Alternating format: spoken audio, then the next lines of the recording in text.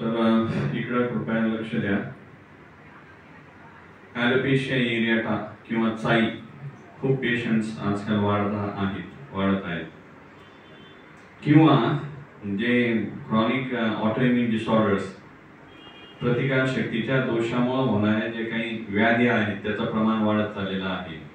जसं स्किनमध्ये ॲलोपेशिया एरियाटा किंवा त्याला चाई म्हणतात, सोरियासिस, एक्झिमा, ऑटोइम्युन आर्टिकेरिया म्हणजे प्रतिकार शक्तीमुळे दोषामुळे होणारा आर्टिकेरिया किंवा शीतपित्त किंवा गांजाचा त्रास, सांधेवात, ऑटोइम्युन बाकीचे हाडांचे आजार, थायरॉइडचे आजार, ऑटोइम्युन थायरॉइडायटिस, हे सगळे प्रकार इम्युन डिस्फंक्शन किंवा प्रतिकार शक्तीच्या दोषामुळे होत चाललेले आहेत. तर हे काय होतंय तर आपली जीवनशैली कारणीभूत आहे. आजकालची जी आपण जीवनशैली आजकाल जगतोय ती जरा प्रॉब्लेमॅटिक आहे. जीवनशैलीचे 4 खांब असतात: आहार, विहार, व्यायाम आणि तणाव निवारण किंवा diet, exercise, sleep and stress management. हे गोष्टींवरती आपण काम केलं पाहिजे. आहार, एक्सरसाइज, व्यायाम, स्लीप म्हणजे पुरेशी झोप, आराम, आणि स्ट्रेस मॅनेजमेंट म्हणजे तणाव निवारण. हे चाईचं प्रमाण आता हे पेशंट आहेत चाईचं किंवा बाहेर पण असतील किंवा चाईचे पेशंट्स वाढत आहेत, तर त्याला कारणीभूत देखील स्ट्रेस प्लस आजकालची जीवनशैली पण कारणीभूत आहे. काही पेशंट्समध्ये थायरॉइडचा पण प्रॉब्लेम राहतो किंवा काही ब्लड इश्यूज राहतात. खूप वारंवार होत राहिलं तर मग आपल्याला ब्लड वगैरे चेक करून मग काही मेडिसिन सुरू ठेवायला लागतात. तर हे जे चाईचं काही पेशंट्सला वारंवार जे होत आहे त्याच्यासाठी नैसर्गिक आहार घेतला पाहिजे, ज्याच्यामध्ये रिफाईन शुगर, रिफाईन तेल, मैदा, बेकरी, हॉटेलचे पदार्थ हे टाळलं पाहिजे. आणि पालेभाज्या, फळभाज्या, सॅलड्स याचं प्रमाण वाढवलं पाहिजे. जेवढं रिफाईंड प्रोडक्ट्स कमी कराल, जेवढं किंवा आपण घरी बनवून खाल तेवढं या आपल्या आजारासाठी चांगलं. हॉटेलमध्ये पदार्थ किंवा मिठाई, स्वीट शॉप आणि बेकरी शॉप हे 2 तर मोठे म्हणजे आजार तयार करण्याचे कारखाने आहेत. ऑफकोर्स आपण ते आता टाळू शकत नाही. बरेच प्रोग्राम्स राहतात त्याच्यामुळे ह्याच्याशी संबंध येतो. स्वीट आणि मिठाई आणि दैनंदिन बेकरीचं पदार्थ देखील खाण्यात वाढलेलं आहे आपल्या दररोजच्या याच्यामध्ये. ते कुठंतरी कमी केलं पाहिजे. सिंपल गणित आहे. 50 वर्षापूर्वी आपले जे काही आजोबा पंजोबा जे काय आहार घेत होते तसं घेतला तर बरेचसे आजार कमी होऊ शकतात, मेडिसिन्स कमी लागू शकतात. तर ते शोधा, तसं जे काही लाईफस्टाईल होती त्याच्यावरती तसं हे करायचा प्रयत्न करा.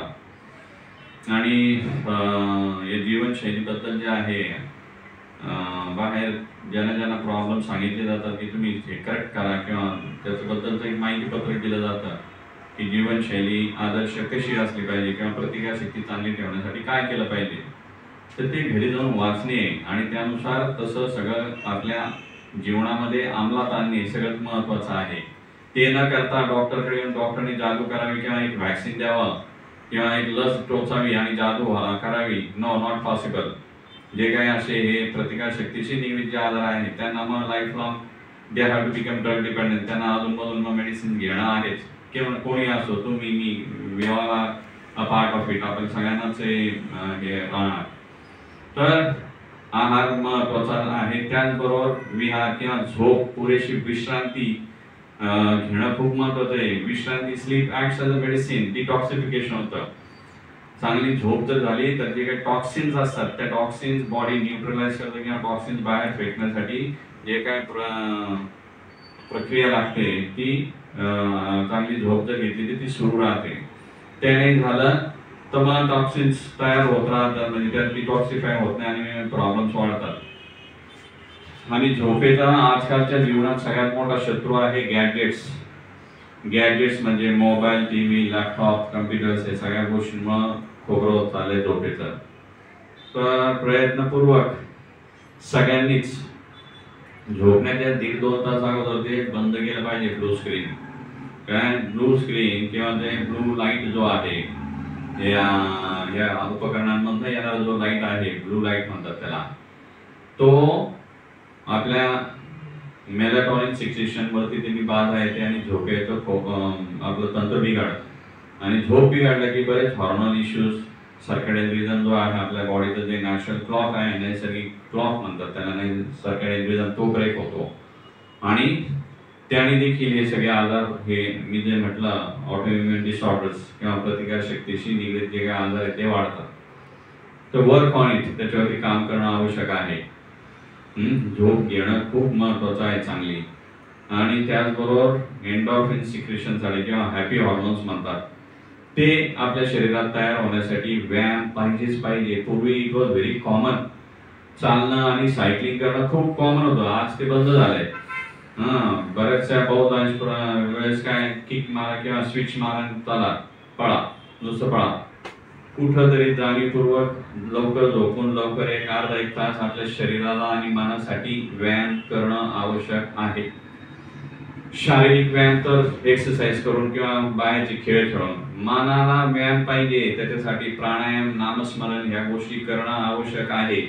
नाव the latest research points western culture, western this thing किंवा आता लेटेस्ट जे काही स्टडीज आहेत त्या सगळ्याला मान्य करतात की ह्याची खूप गरज आहे.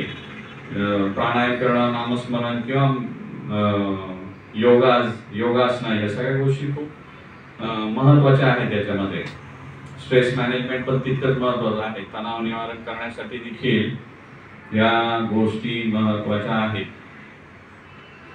तर हे सगळ्या गोष्टी त्या माहिती पत्रकामध्ये दिलेल्या असतात, ते वाचून त्यानुसार आपल्या जीवनामध्ये तसं ते अंमलात आणणं गरजेचं आहे, म्हणजे मेडिसिन्स कमी होऊ शकतात.